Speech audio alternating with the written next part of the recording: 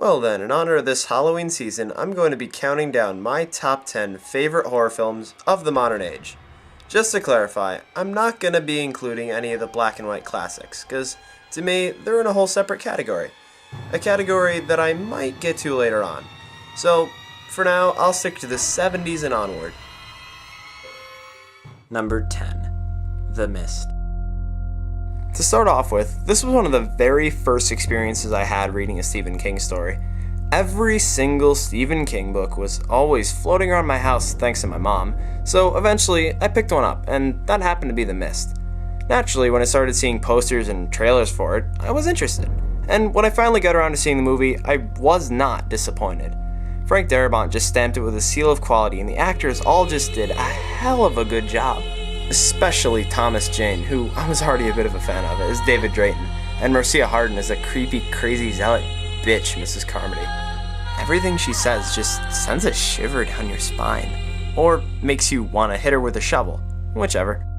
Overall, it's just a good story of survival, with great characters, good effects, and honestly, one of the most upsetting endings I've ever seen in a movie. Number 9. An American Werewolf in London. For this being his first foray into the horror genre, director John Landis really got the werewolf genre down right. The movie is about two American college students, David and Jack, who are traveling through Great Britain until, after ignoring the townsfolk's warnings of avoid the moors and fear the moon and all that, they're attacked by a werewolf. The werewolf kills one of the kids and the other is bitten before being saved by the townsfolk. And the rest of the movie follows him and his freaky dream sequence-ridden spiral into lycanthropy. The POV stalking sequences of him when he finally becomes a werewolf are just freaking awesome. And the transformation scene is absolutely the best werewolf transformation in the entire genre, by far.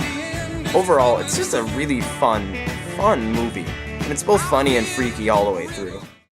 Number 8. The Evil Dead. Even though the second Evil Dead movie will probably always be generally regarded as the best of the three, I'll always favor the first one personally for its even lower budget charm and just spooky seriousness. It follows 5 college students, one of them being Bruce Campbell, who are staying alone in an abandoned cabin in the woods where they find a haunted Book of the Dead, bound in flesh and inked in human blood. The book brings ancient demons to life. This whole concept might sound downright cliched, but that's only because it is. But hey, this is the movie that popularized the whole cliche to begin with, so it's excusable. Director Sam Raimi really knew what he was doing, even though he was an amateur at the time. But his weird camera angles just give this movie another little bit of style that just makes it so, I don't know, charming. The over-the-top gore effects and stop-motion valley are just so fucked up, but so fun to watch at the same time. This movie's just great. Number 7. Wes Craven's New Nightmare. Since this is a favorites list, I have to choose this one instead of the original, because, well, it's my favorite. New Nightmare just has such a sleek style to it, and it sort of feels like it was made specifically for the fans of the series. The way it revitalized and ended the Nightmare series, and it ended it right. It characterizes Wes Craven, Heather Langenkamp, Robert Englund, all of them, in new ways which really lets them diversify, which is always a nice change of pace.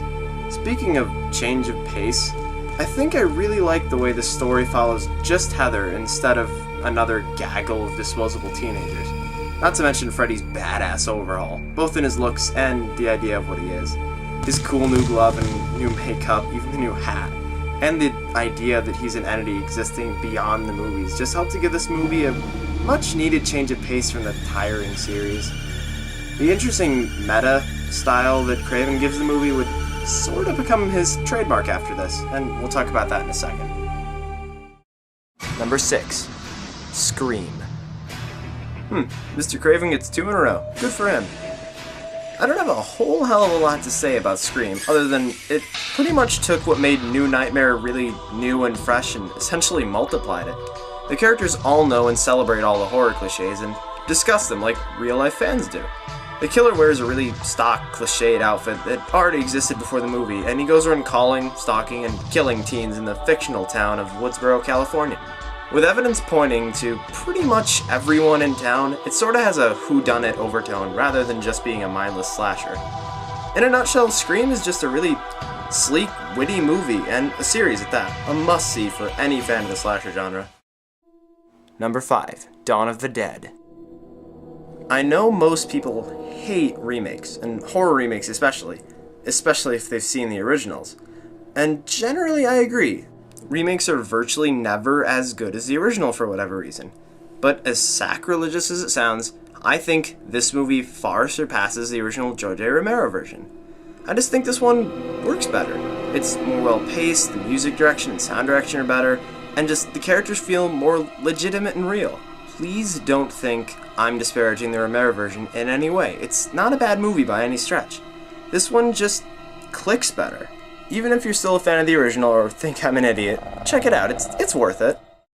Number 4. Alien. The original Alien is an American movie classic, and for good reason. It's Ridley Scott at his absolute finest. The story centers around the crew of the starship Nostromo on their way back to Earth. They receive a distress call and respond down to the planet LV-426, where one of their crew accidentally brings a hostile alien lifeform aboard, on his face. From there, it's just a creepy, claustrophobic joyride from hell, featuring one of the coolest and most original alien designs to date.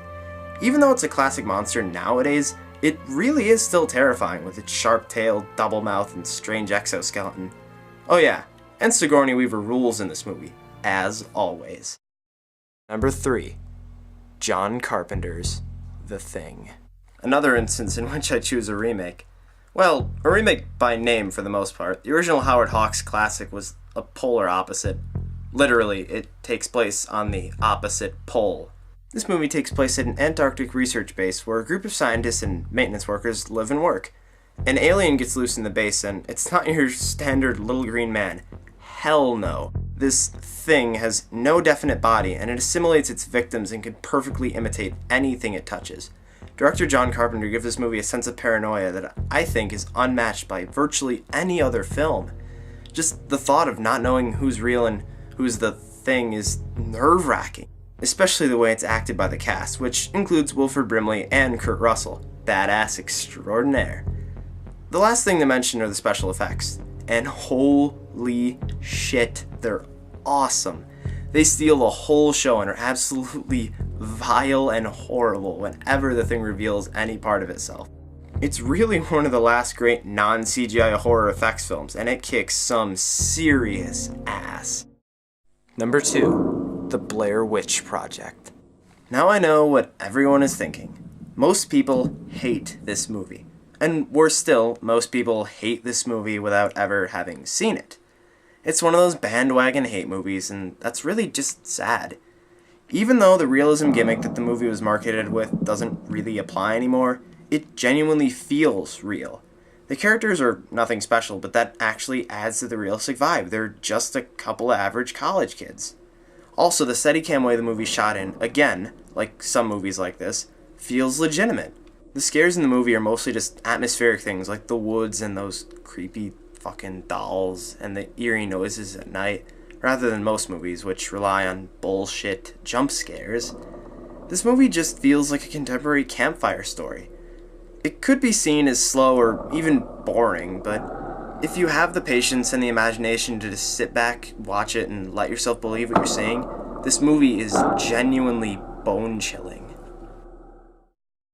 Number 1. Halloween, 1978.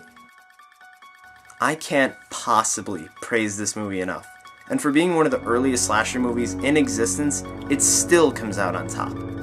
Every single subtle thing about this movie just fits together like a puzzle.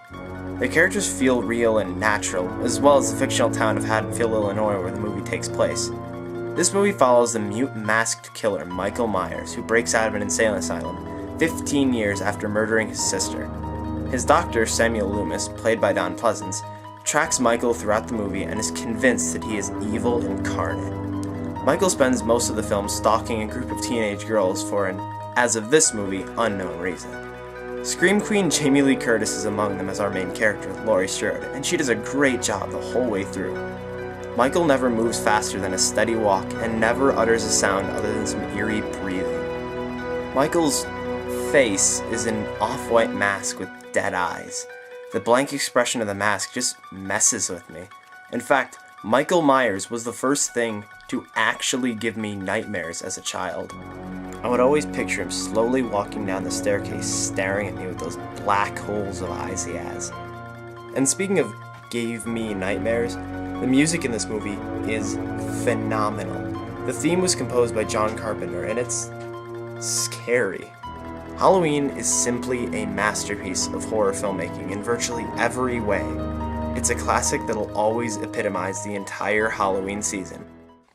Alright, I hope you all enjoyed this little list of mine. Oh, and keep in mind, this is the abridged version. I could talk about this stuff for hours. But I plan on doing more of them in the future. Either way, try and get out there and watch some scary movies. I know I will. Either way, happy Halloween.